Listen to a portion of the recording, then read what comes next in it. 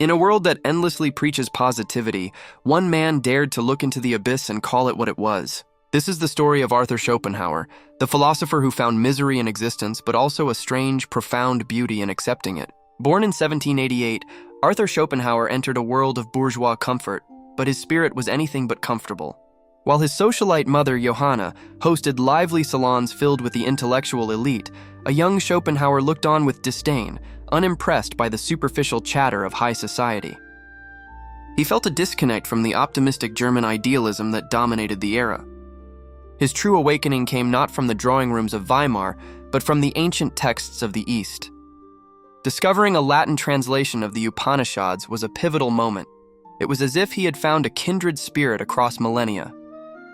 These Eastern concepts of suffering and illusion resonated deeply, morphing into the philosophical bedrock of his life's work. In a burst of youthful genius, he channeled this vision, passionately writing his magnum opus, The World as Will and Representation, completing the core of it before he was even 30. He believed he had solved the riddle of existence. However, the world was not ready to listen.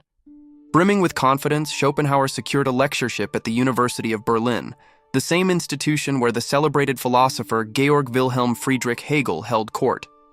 In an act of pure academic hubris, Schopenhauer deliberately scheduled his lectures at the exact same time as Hegel's. The result was a brutal lesson in humility.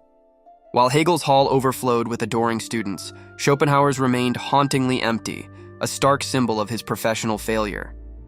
His masterpiece, the book he believed would change the world, languished on shelves, gathering dust for decades, largely ignored by the philosophical community.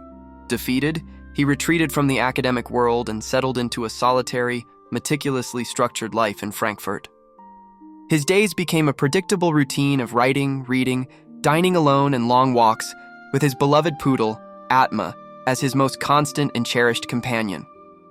For years, it seemed Schopenhauer was destined to be a footnote in history, but as he entered his final years, a strange thing happened. The world finally caught up. A collection of his essays, Parerga and Paralipomena, written in a more accessible style, became an unexpected success. Suddenly, the grumpy old man of Frankfurt was a celebrity. His core ideas, that the world is not a rational place but a painful illusion, driven by a relentless, blind, striving force he called the will, began to find an audience. People were drawn to his unflinching diagnosis of the human condition, but also to his proposed remedies. For Schopenhauer, temporary solace could be found not in denial, but in moments of aesthetic contemplation, like losing oneself in art or music, and through acts of universal compassion, which allow us to briefly quiet the selfish demands of our own will. Ultimately, Schopenhauer's life was a testament to his own philosophy. A long struggle marked by disappointment, yet capped with an unexpected, quiet victory. He never softened his pessimistic outlook, but he showed that even within a life defined by suffering, there are paths to momentary peace. In the end, he was the philosopher who taught us that sometimes the most profound wisdom comes not from chasing happiness, but from learning to sit quietly with our sorrow, finding a contemplative calm on the other side of despair.